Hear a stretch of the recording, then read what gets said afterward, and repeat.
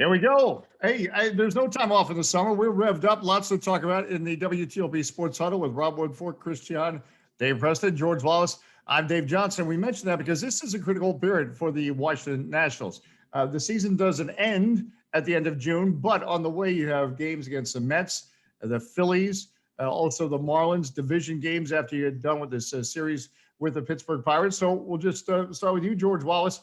The player you're going to be keeping an eye on, or the critical thing for the Nationals to get through this stretch coming up?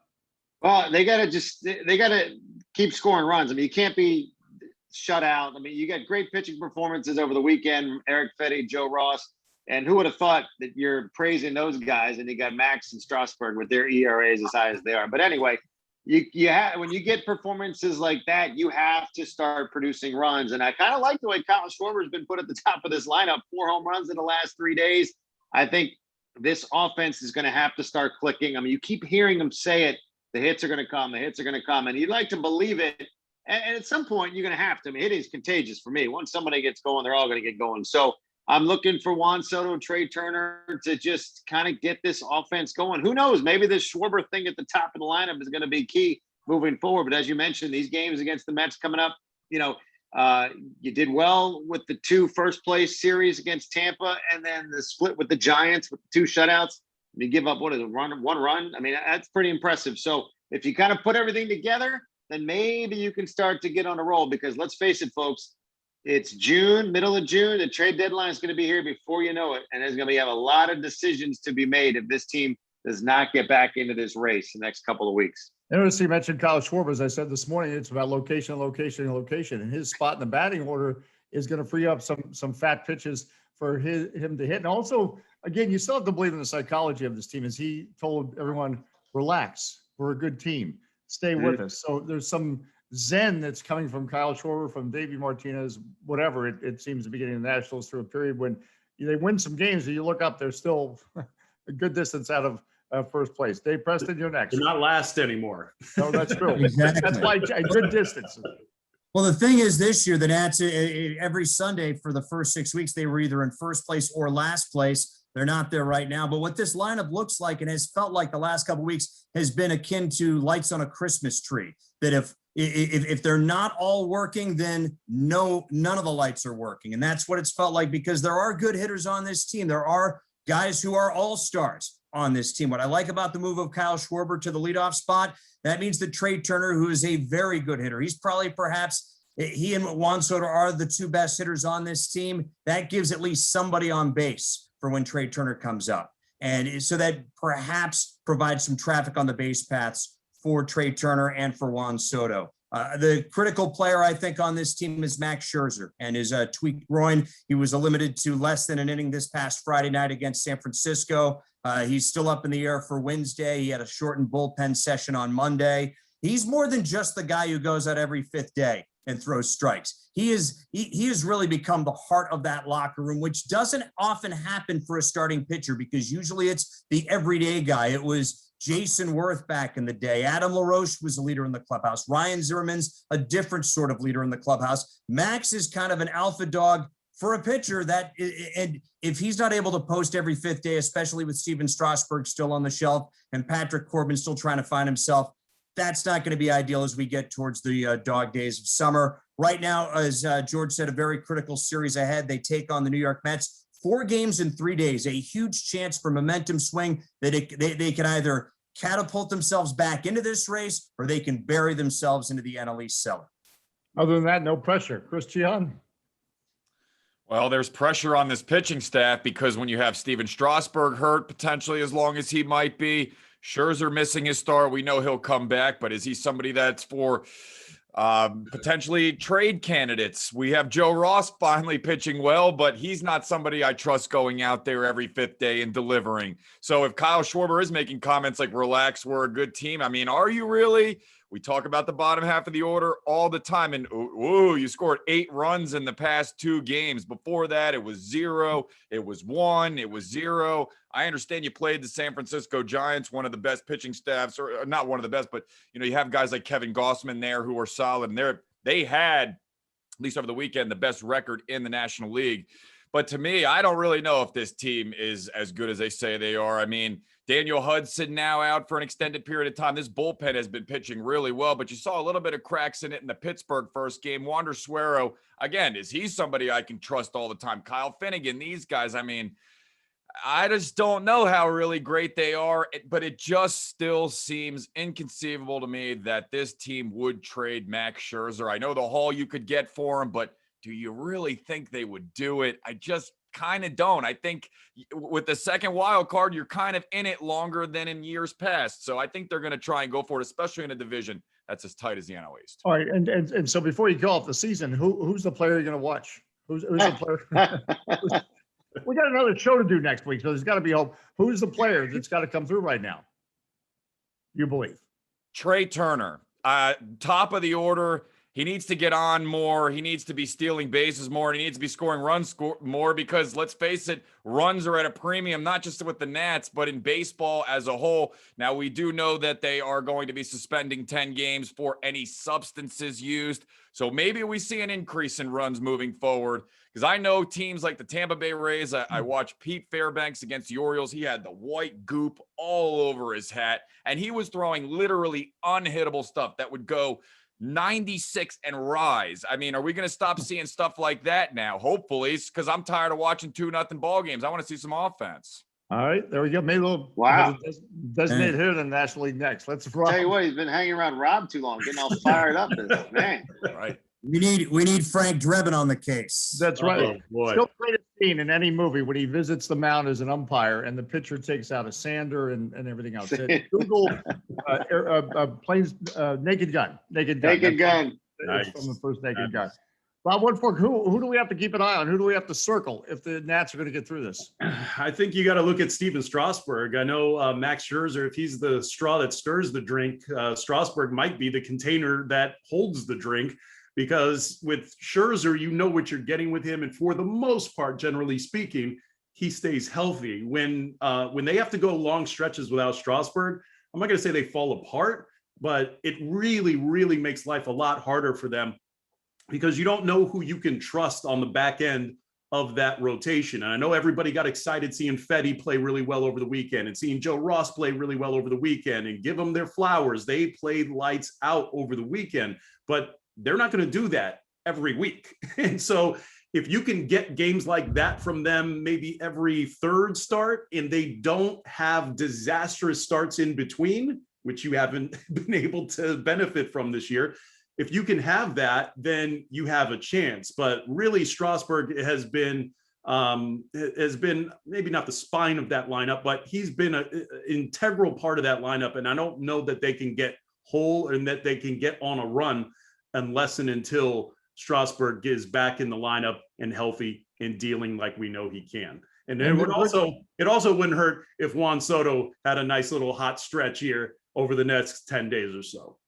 And two things. You talk about Trey Turner. He has been in a bit of a slump lately. He is one of two players on this team who I think has played every single game this season, all 63. Manager David Martinez was asked the other day if he was getting tired. I think maybe not necessarily physically, but mentally, the strain of knowing that you are one of two guys in this lineup who is right. And I'm putting Juan Soto as the other guy who is right. Soto is not having a career year. He's having sort of a market correction year where he's under what his averages have been over the years. But Trey Turner is the guy atop the order, the guy who you look to get on base. I think it might be draining on him. And he might, you hate to, in the world of post-Cal Ripken, you hate to say, well, maybe the shortstop needs a day off. Well, maybe he needs a day or two off to get himself right. The lineup this month, I think 7 of 12 games they've scored 3 runs or fewer. They've scored fewer than 3 runs. That does not do it even in today's day and age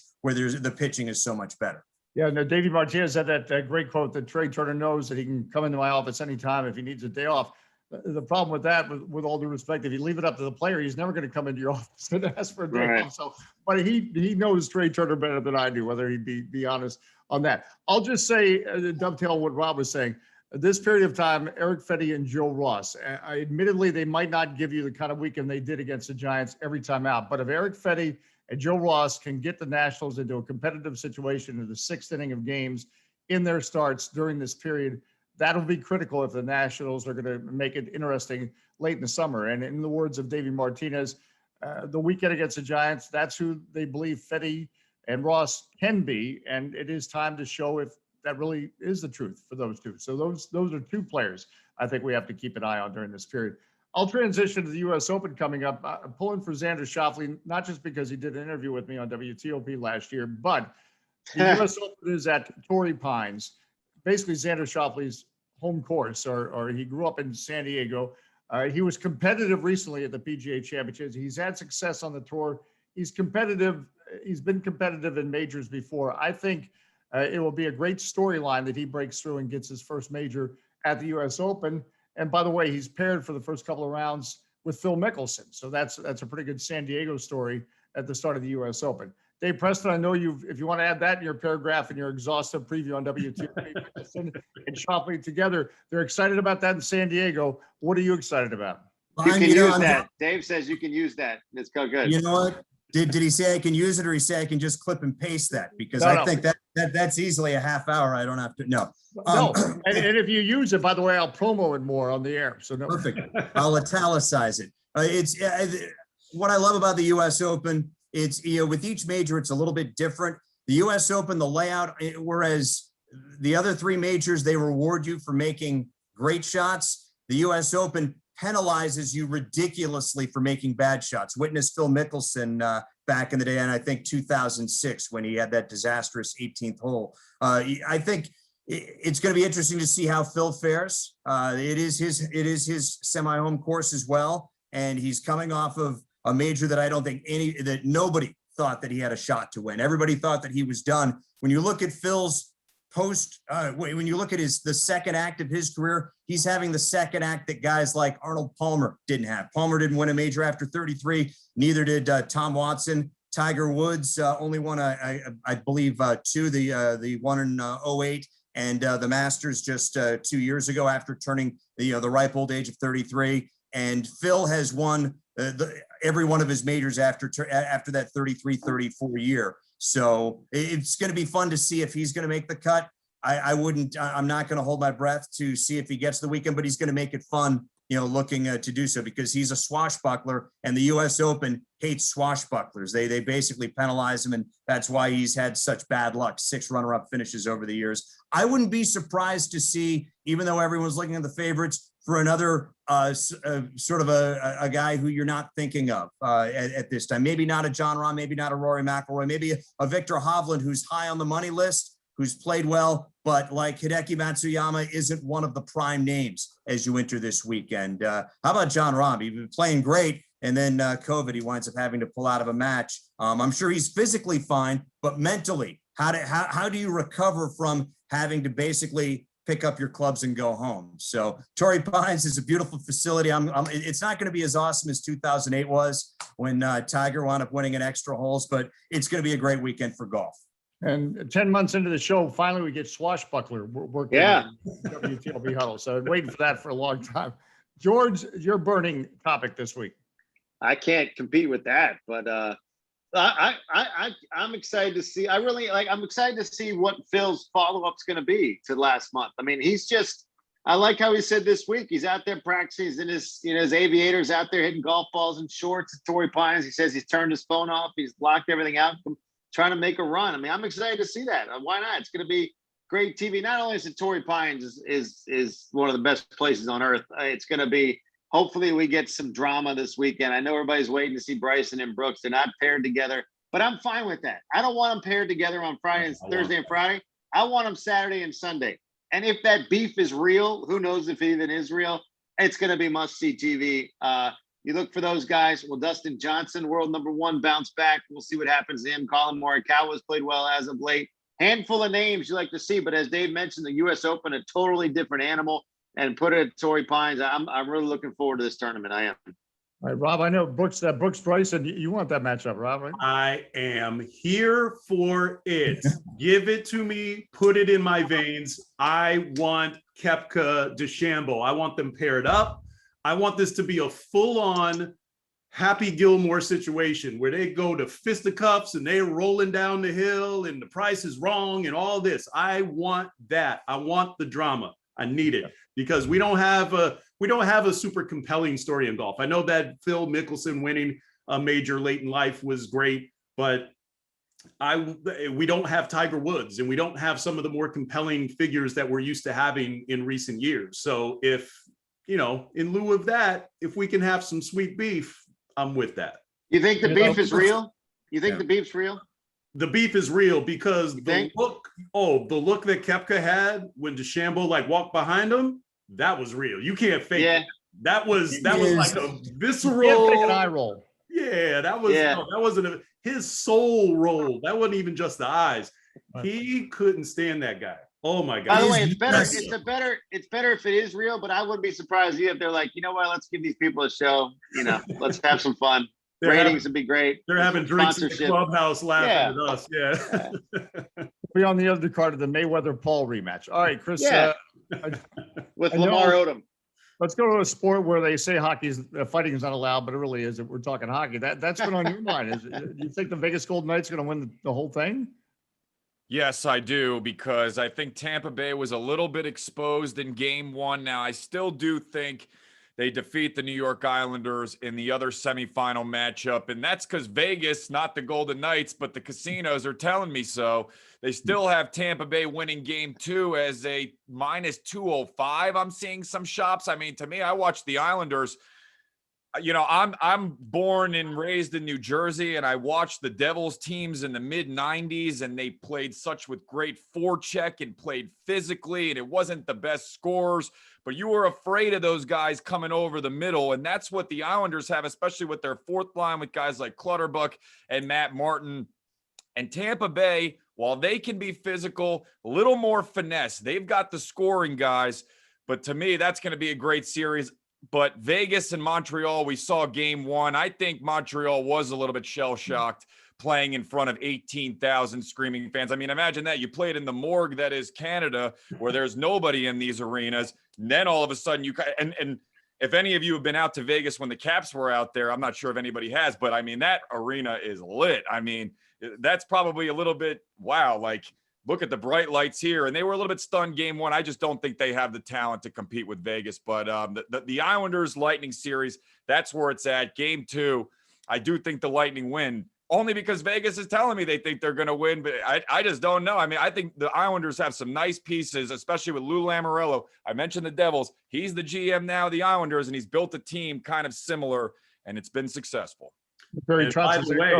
And by the way, this was Cheese pick of the week in the WTOP Huddle newsletter. So if you guys are getting the newsletter, then you already know this. He had this last week. Yep. Subscribe to the newsletter. I knew once we'd finally get confused between Vegas and Vegas, because is it Vegas you believe in or Vegas you believe in, and one or the other? And can we all agree that Clutterbuck and Zarley Zalapsky are two of the greatest names in sports? Agreed. I think so. You got that. Smithson, but yeah. On hockey, how about Barry Trotz getting another team to the Final Four? How about that? I mean, how about not paying him here? What a great decision. So you've got that. You've got new money Tampa Bay, even though they had one. They've been good for the last decade plus, and they are the defending Stanley Cup champs. Then you've got completely new money Vegas, and then you've got Montreal representing the Great North. Canada hasn't won a Stanley Cup since 1993. That was the Canadiens. Could you imagine, say, some crazy thing happening in baseball and the New York Yankees would, go 20, they would be the last American team to win the World Series, or say the Hamilton Tiger Cats would be winning Super Bowls while, all the American teams would not. This hurts Canadian pride. I think the Canadiens, they had no business getting this far in the tournament. They rallied past a Toronto team that should have won the series in 5. Then they were able to beat Vancouver. They are clearly not one of the best 4 teams when you look at how good everyone is on paper. They played their way here. They've had a great run. I wouldn't be surprised if they got swept. And believe me, you're right. I think if there'd be a lot of hurt there if they lose to Vegas, because somewhere there's somebody in a Tim Hortons having a double-double with a black coffee and saying Vegas has a hockey team. Well, not only do they have a hockey team, if you believe Vegas, right, Chris, and they might win it all. Yeah, all the pressure on the Seattle Kraken, by the way. Good luck following up this expansion team. Right. And the Washington Capitals, I'm old enough to have been to games when they had that 8-win season in 1974. Why are they doing this? Making it easy for these expansions. Hey, I'm old enough to remember the original Colorado Rockies that became the New Jersey Devils. That's true. That's true. They were the Did first that, yeah. Rockies. They were a hockey team. So, Yeah. and I'll Kansas City someday tell you Scouts. my story about the Capitals beating the California Golden Seals. It clears the bar out every time. Good That does one. it for this week's WTOP Huddle for Robb Woodfork, Christian, George Wallace, who has to do a sportscast, and Dave Preston, who will have his U.S. Open preview on WTOP.com. I'm Dave Johnson. Great.